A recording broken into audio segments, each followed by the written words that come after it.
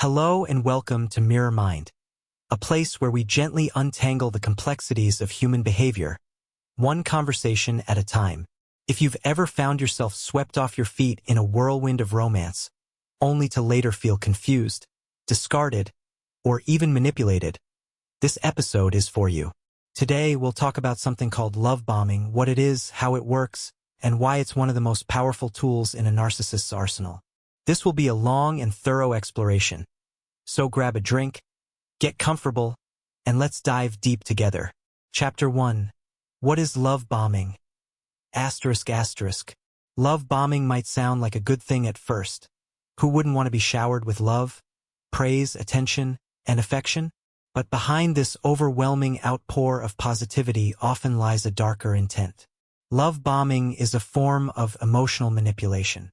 It's the act of overwhelming someone with signs of adoration and attraction, like gifts, compliments, and constant communication, in order to manipulate them. It's often used by narcissists and emotional abusers early in the relationship to gain control over their target.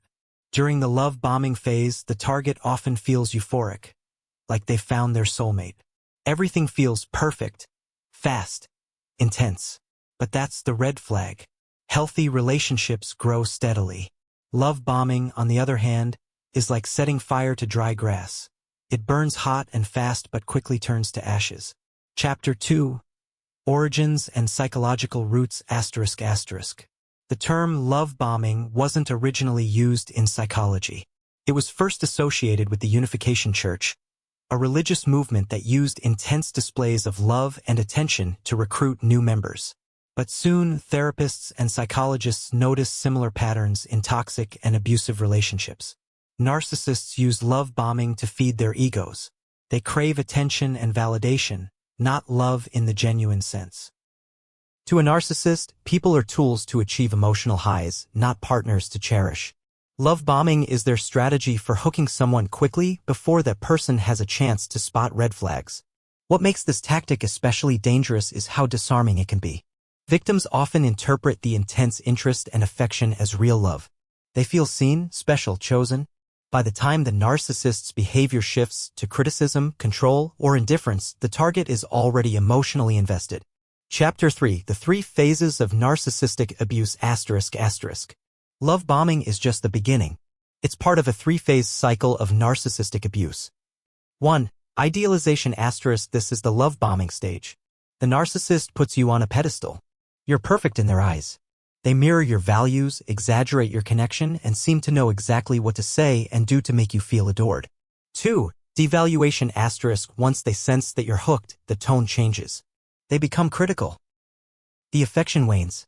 You might start to question what you did wrong. You feel anxious, confused, and desperate to get back to the honeymoon stage. 3. Discard ***. When you no longer serve their needs or when they find a new target, they may abruptly end things, sometimes coldly without explanation. Or they may keep you in a cycle of push and pull, toying with your emotions. Understanding this cycle is essential to recognizing love bombing for what it is, the bait in a trap. Chapter 4. How to Recognize Love Bombing ***. So how do you know if you're being love bombed? Here are some signs to watch for. Too much, too soon ***. Talking about love, commitment, or even marriage very early in the relationship. Excessive compliments ***. While praise is normal, a love bomber will flood you with it constantly, sometimes inappropriately or exaggeratedly. Non-stop communication ***. Texts, calls, DMs, they want your attention 24/7. And if you don't reply quickly, they might guilt trip you. Lavish gifts ***. Especially early in the relationship, these can be used to create a sense of obligation. Isolation tactics ***. Subtly discouraging you from spending time with friends or family. They may frame it as wanting you all to themselves. Over-the-top flattery ***. Comments like, "You're the most amazing person I've ever met," or "I've never felt this way about anyone before," within days or weeks. Remember, healthy love respects boundaries, space, and time. It doesn't demand immediate intensity. Chapter 5. The Neuroscience Behind the High ***. Here's where things get tricky and dangerous. Love bombing lights up the brain. Literally. When someone is bombarded with affection, praise, and validation, the brain releases chemicals like dopamine and oxytocin, the same ones released during drug use. It creates a natural high. You feel euphoric, addicted even. The narcissist becomes the source of this high. But when the behavior shifts during the devaluation phase, you crash. Now, your brain craves the high again. This is why people often stay in toxic relationships. They're chemically addicted to the cycle. Understanding the neuroscience can help break the spell. Once you know that what you're experiencing isn't love but addiction, you can begin to reclaim control. Chapter 6. Why Narcissists Use Love Bombing ***. So, what's in it for them? Control ***. By making you feel special, they gain influence over your emotions, decisions, and even your sense of identity. Ego boost ***. Your admiration feeds their fragile self-esteem. Supply ***. In narcissistic terms, supply refers to attention, praise, and validation. You become their emotional fuel. Avoiding intimacy ***. Ironically, narcissists often fear real emotional closeness. Love bombing mimics intimacy without requiring vulnerability. They aren't building a relationship, they're constructing a fantasy in which they are adored and idealized. Chapter 7. Real-life examples of love bombing ***. Let's take a look at some real-world scenarios that illustrate what love bombing looks like. These are fictional composites based on common experiences shared in therapy sessions and support groups.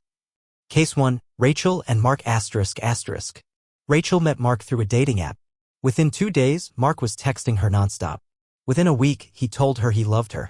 He bought her an expensive bracelet after their second date. Rachel was flattered but overwhelmed. Her friends were concerned, but she thought she had just found someone who really knew how to love. 2 months later, Mark began making negative comments about her friends and how much time she spent at work. When Rachel tried to pull away, Mark accused her of being ungrateful. Case 2. David and Elise ***. Elise met David at a friend's party. He was charming, attentive, and told her she was the most incredible woman he had ever met.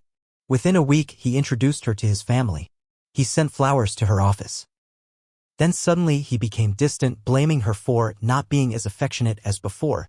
Elise became anxious and started